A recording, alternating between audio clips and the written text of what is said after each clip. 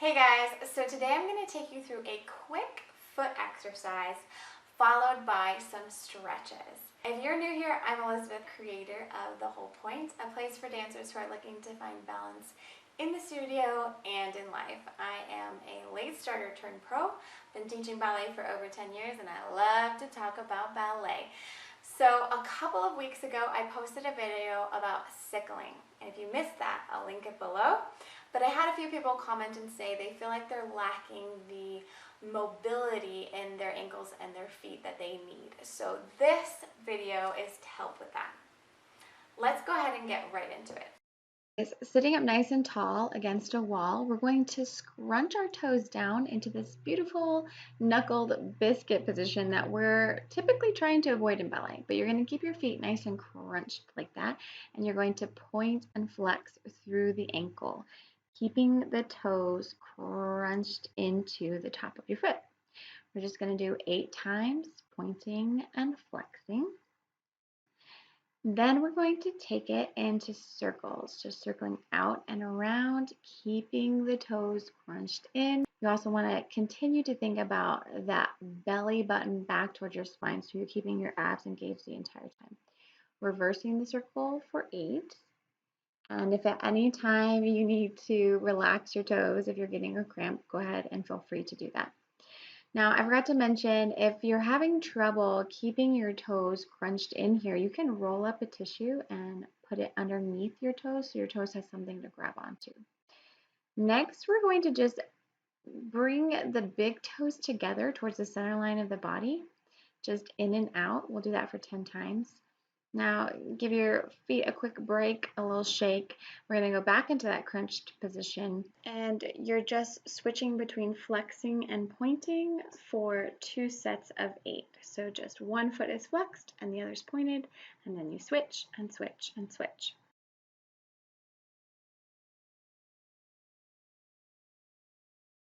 All right, give your feet a good shake. We're gonna crunch those toes down again. Bend one leg, and then you're just tapping the toes down to the floor again for a count of 8.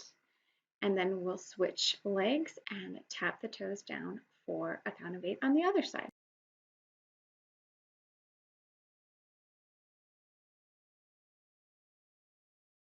All right, flex your feet, give them a good shake. That's the end of the strengthening portion. Now we're going to move on to stretching.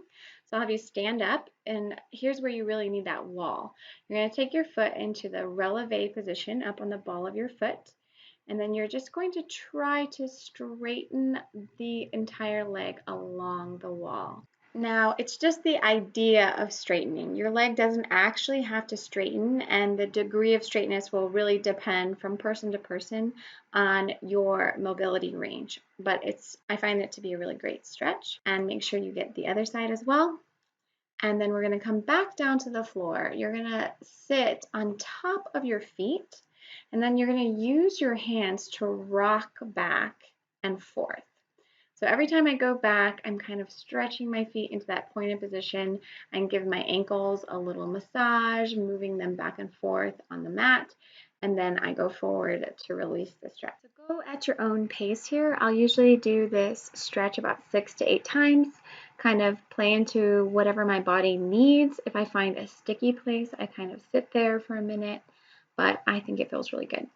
From there, we're going to move to where one foot is up in that forced arch position. I'm actually sitting on it to make it go further. Then I'm going to rock back and forth like this. So one foot is getting the forced arch stretch, and then when I rock back, the other foot is getting a pointed stretch. Then I will rock forward into that forced arch stretch again, and I'll put the knee down, which intensifies the stretch. You don't have to do that. But again, just feel what your body needs. Go at your own pace. I usually do this about 2 times on each side. And then, of course, we have to switch sides. So we're rocking back and forth, one foot from forced arch to the other foot in the pointed stretch. And I'll just rock back and forth a couple of times, and then I'll stay forward in that forced arch position. Option to put your knee down to kind of intensify that stretch. But you're really just trying to spread your toes on the floor and stretch into those toe joints.